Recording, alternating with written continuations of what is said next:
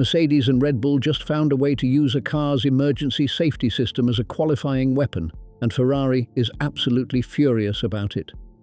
Now 2026 is already turning into another one of those seasons packed with controversy. You've got Mercedes playing games with compression ratios, questions flying around about front wing closing speeds, that heated a DUO timing debate, and now something even more shocking has entered the scene. Mercedes and Red Bull have both zeroed in on an emergency shutdown feature in the MGUK rules and flipped it into a straight-up qualifying advantage. This trick is seriously bold. It lets them stretch maximum electrical power all the way to the final meters of a lap, way longer than what the rules were supposed to allow. Ferrari? They're stuck on the outside for now and not happy about it at all. Meanwhile, the FIA is watching closely, especially after Suzuka, where things got messy fast. 3 different cars from 3 different teams nearly lost all power during practice because of this exact system. What started as a safety backup has now turned into a performance weapon, and it's causing tension everywhere. To really see how Mercedes and Red Bull pulled this off, and why Ferrari is so fired up, you've got to dive into one of the most complicated rule sets F1 has ever created, the 2026 MGUK deployment system. The motor generator unit, Kinetic, better known as the MGUK, is no small player in this game. It pumps out 350 kilowatts of electrical power, which is roughly 470 horsepower. That's nearly half of the car's total performance coming from this one system alone, so every move it makes matters big time. Under normal rules, this power isn't just cut off whenever a driver feels like it. It has to be reduced step by step in a controlled way. When a driver lifts off a straight, heads into a corner, or starts managing energy, the system must dial things down in clean 50 kilowatt steps, 1 per second. That means going from full 350 kilowatts all the way to 0 takes at least 7 full seconds, no shortcuts allowed, and there's a serious reason behind this slow ramp down. If the power drops instantly, it hits the drivetrain with a brutal torque shock. The car's balance shifts in a split second, and suddenly the driver's inputs don't match what the car is doing anymore. On top of that, with no MGUH to smooth things out, the turbo loses that extra electrical support, making everything even more unpredictable and risky. And here's the part the FIA really didn't see coming. The rules do allow for one exception, an emergency shutdown.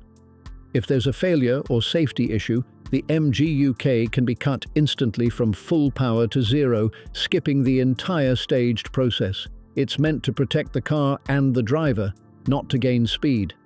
To stop teams from turning this into a loophole, there's a heavy penalty built in.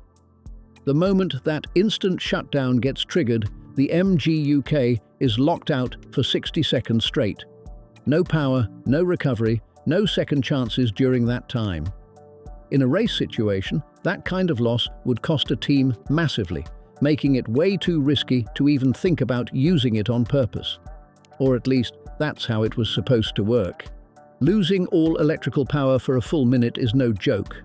That's nearly half the car's total output gone across multiple corners and straights, which would destroy any race lap instantly. No team in their right mind would ever trigger something like that during a race stint. But qualifying? That's a completely different story. At the very end of a qualifying lap, everything changes.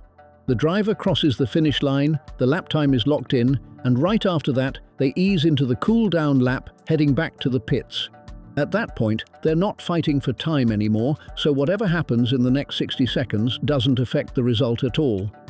That's the exact loophole Mercedes and Red Bull have jumped on. They trigger the emergency MGUK shutdown right at the final moments of the lap, right as the car is charging to the finish line. By doing this, they keep the full 350 kilowatts of electrical power flowing longer than the normal ramp-down rules would ever allow. Instead of starting that slow 7-second power drop somewhere down the final straight, they push maximum power all the way to the line, then instantly cut it to 0. The 60-second lockout kicks in right after, but it doesn't hurt them one bit because they're already on the cool-down lap. So basically, they trade a penalty that doesn't matter for a performance boost that absolutely does. The gain might only be a fraction of a second, but in Formula One qualifying, that's everything. We're talking about grid positions decided by hundredths, sometimes even thousandths of a second, so a tiny edge used consistently can be huge. This trick first started raising eyebrows in Australia when Antonelli suddenly had a strange power drop during practice. At the time, it didn't get much attention, but looking back now, that moment might have been the first clue that something bigger was going on behind the scenes. By the time Suzuka rolled around, this situation was impossible to ignore. 3 different cars from 3 different teams all ran into the same MGUK lockout issue within moments of each other during practice, and it looked chaotic out on track. The impact of this trick became painfully clear. Alex Albon, driving a Williams powered by Mercedes, nearly came to a complete stop right at the apex of Turn 1. His car suddenly lost almost all power at the worst possible moment as the MGUK lockout kicked in, just as he had to slow down to let a faster car through. Everything just dropped off. The engine revs fell flat, the turbo lost its boost, and without the MGUK there to cover the lag, the car basically had nothing left to give. Albon even thought his throttle wasn't working and kept hitting it again and again, but that does nothing in this situation. The turbo can't magically rebuild pressure just because the pedal is pushed harder. The real fix is actually the opposite. The driver has to apply the throttle slowly and smoothly to bring the turbo back to life, but at racing speed, that goes against every instinct a driver has. And it didn't stop there. Verstappen hit the exact same problem in the high-speed S section, one of the most intense and unforgiving parts of the entire circuit. He suddenly had to back off massively right after a qualifying lap, which is the last place you want a car losing power like that. Antonelli had his own moment too, making it 3 major incidents across top teams, all tied to the same issue. What makes this even more intense is that these aren't random failures. This is the direct side effect of a trick designed to gain a tiny edge in qualifying. So now teams are stuck in a risky trade-off, a small performance gain on a hot lap, but a potentially dangerous situation right after it ends. That's not something the FIA could just ignore, and they didn't. It's understood that officials reached out directly to Mercedes during Suzuka, questioning the use of this engine mode and what it could mean going forward. Ferrari did not keep using the deployment trick for the rest of the Japan weekend. Whether it was FIA pressure, internal risk checks, or both, something clearly made them pull back. But Ferrari's anger here isn't just about one single engine trick. It's about a bigger pattern forming across the early 2026 season, where they keep landing on the wrong side of interpretations that somehow keep favoring Mercedes. MGUK emergency shutdown technique is now the 4th time Ferrari has ended up on the wrong side of a regulatory reading that benefits Mercedes. It's another twist in how the rules are being interpreted rather than changed. The first case was the compression ratio loophole. Mercedes built a design angle Ferrari said was unfair, and it pushed the FIA into a clarification from Monaco.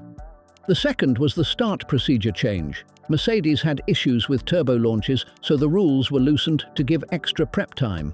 Ferrari flagged the same issue earlier, got told to fix their engine instead of changing rules, and ended up taking a performance hit. This third case is the ongoing front wing investigation.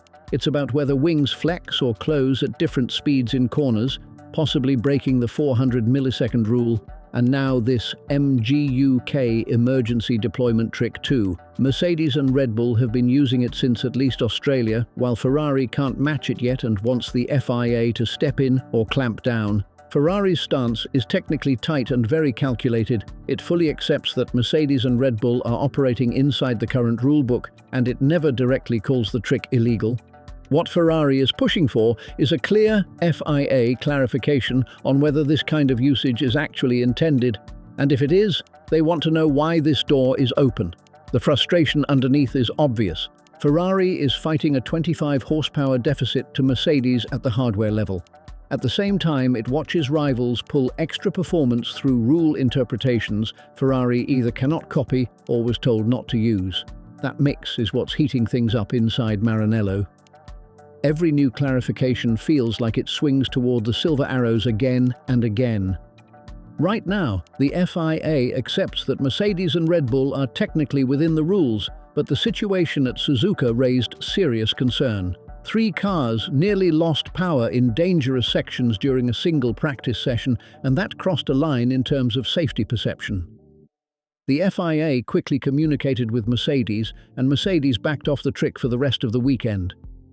Ferrari wants a formal ruling, and the FIA still hasn't delivered one.